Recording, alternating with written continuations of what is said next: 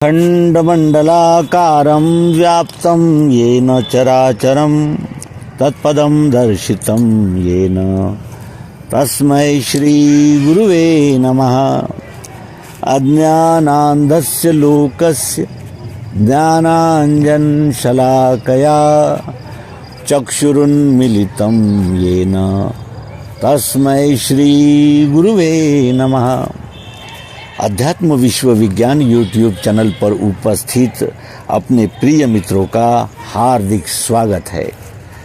मित्रों, सर्वांग योग का क्या स्थान है, क्या महत्व है, इसके विषय में कुछ मित्रों की प्रतिक्रियाएं अवश्य ही हमारा मार्गदर्शन करती है, क्योंकि इतने प्रकार के ग्रंथ, पंथ, मत, संप्रदाय, विचारधाराएं, तर्क, वितर्क, कुतर्क इतने हैं कि वो पाना चाहते हैं ईश्वर को और पाते हैं अपनी अपनी मानिंदियाँ, कल्पनाएं, रोचक भयानक वर्णन और तीन गुणों की लीला जो सत्वगुण, रजोगुण, तमोगुण के नाम से जानी जाती है।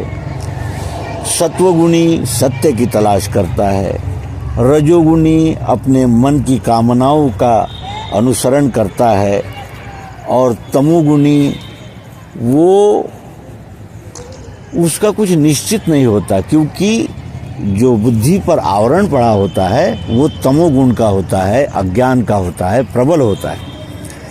तो ये तीनों गुणों के लोग जब ईश्वर को जानने के लिए प्रयास करने निकलते हैं तो फिर इसमें तीन विभाग बन जाते हैं, सात्विक, राजस और तामस। फिर सबसे बड़ी भूल यही हो जाती है कि हमारा लक्ष्य क्या था। जब हम इस आध्यात्मिक प्रवास पर निकले तो हमारा लक्ष्य क्या था?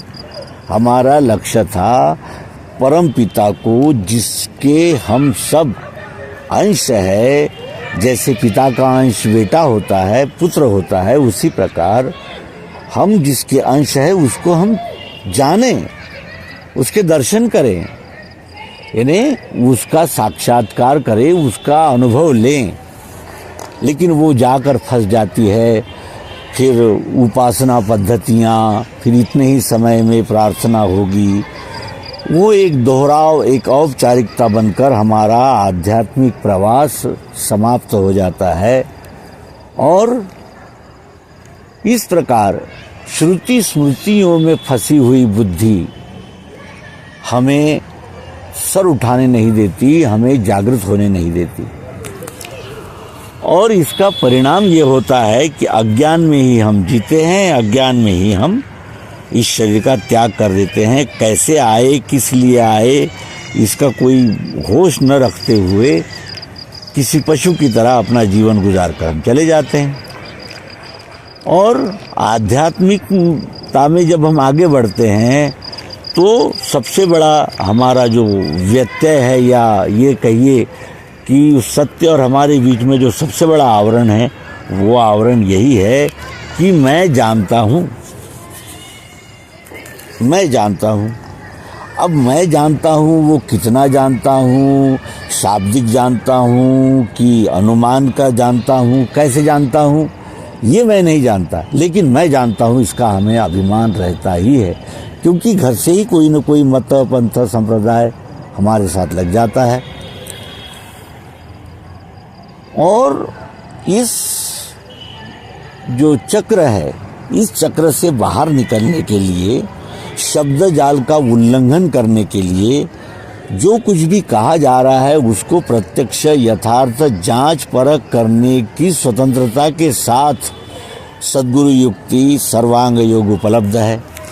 सर्वांग योग को ही सांकेतिक स्वरूप में वेद, उपनिषदों, सद्ग्रंथों, संत साहित्यों और विभिन्न प्रकार के जो धार्मिक आध्यात्मिक ग्रंथ है संपूर्ण विश्व के, उसमें इस यानी सर्वांग योग का केवल उल्लेख है, ये कहिए कि झलक है। संपूर्ण नहीं है। तो सद्गुरु की महिमा ही ये है कि वो सब बिखरा हुआ ये जो अनुभव है उसको व्यवस्थित और लक्ष्य को आधारित प्रस्तुत करते हैं, जिससे कि इस जीवन का तरण तारण यानी इस जीवन के शंका समाधान समाप्त हो जाते हैं, शंकाएं समाप्त हो जाती है, संदेह समाप्त हो जाते हैं और मनुष्य स्थायी शांति को प्राप्त करता है। क्यों? क्योंकि जब स्थायी प्राप्त होगा तभी तो ये जीव स्थायी शांति का अनुभव कर सकेगा। सर्वांग योग की विशेषता है कि वो सार्वभौमिक, सार्वकालिक, सार्वत्रिक सत्य है। किसी भी मत पंथ संप्रदाय के हम ग्रंथ देखेंगे तो उसमें ये लिखा है कि इस पंथ के ये नियम है, इस नियम को पालन करने वाला ही सच्चा धार्मिक है, आध्यात्मिक है। लेकिन कोई भी धर्म ग्रंथ या कोई भी सांप्रदायिक साहित्य ये नहीं कहता कि जब सब एक जैसे ही है, सबके कान, सबके नाक, सबके बर्ताव एक जैसे ही है, तो इनका यानी ऐसे कितने पिता होंगे जो अपने अपने संप्रदाय को जन्म देते हैं? ऐसे कितने ईश्वर होंगे? ईश्वर तो सबका एक ही हो सकता है और वो सार्वभौमिक होगा, सार्वत्रिक होगा। सत्य सार्वकालिक होता है। सत्य कल भी सत्य था, अभी भी सत्य है और आने वाला समय में भी जब भी हम जांच करेंगे वो सत्य ही उसका स्वरूप दिखेगा, क्योंकि सत्य है तो सत्य ही रहेगा। तो इसलिए सर्वांग योग हमें जांचने परखने की स्वतंत्रता देता है और संपूर्ण का दर्शन कराता है। सर्वांग योग को प्राप्त करने के बाद निर्गुण निराकार, सगुण साकार और जिसे कहा जाएगा कि इन्हें विभिन्न प्रकार के जड़ क्या है, चेतन क्या है, इस प्रकार के जो अनंत हमारी समस्याएं हैं ईश्वर के प्रति, वो सबका निराकरण सर्वांग योग में हो जाता है। एक परमात्मा का दर्शन होता है जो सबका होता है, सार्वत्रिक होता है, सार्वकालिक होता है और ये अनुभव सद्गुरु के बगैर नहीं हो सकता। सद्गुरु कृपा करते हैं का आशय है कि सद्गुरु ऐसी युक्ति हमारे समक्ष रखती है कि जिससे हमें ईश्वर का साक्षात संपूर्ण दर्शन हो जाता है।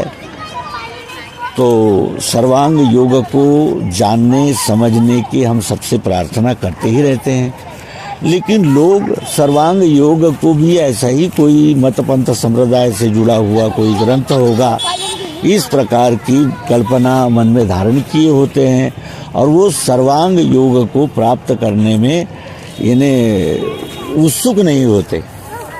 पुनः पुनः आग्रह करते हैं कि सर्वांग योग देने के लिए ही ये अध्यात्म विश्वविज्ञान यूट्यूब चैनल अस्तित्व में आया, क्योंकि इस सिद्धांत का, इस सत्य का इस समय मानवता को बहुत यानी जिसे कहा जाएगा कि इसी विद्या की आवश्यकता है।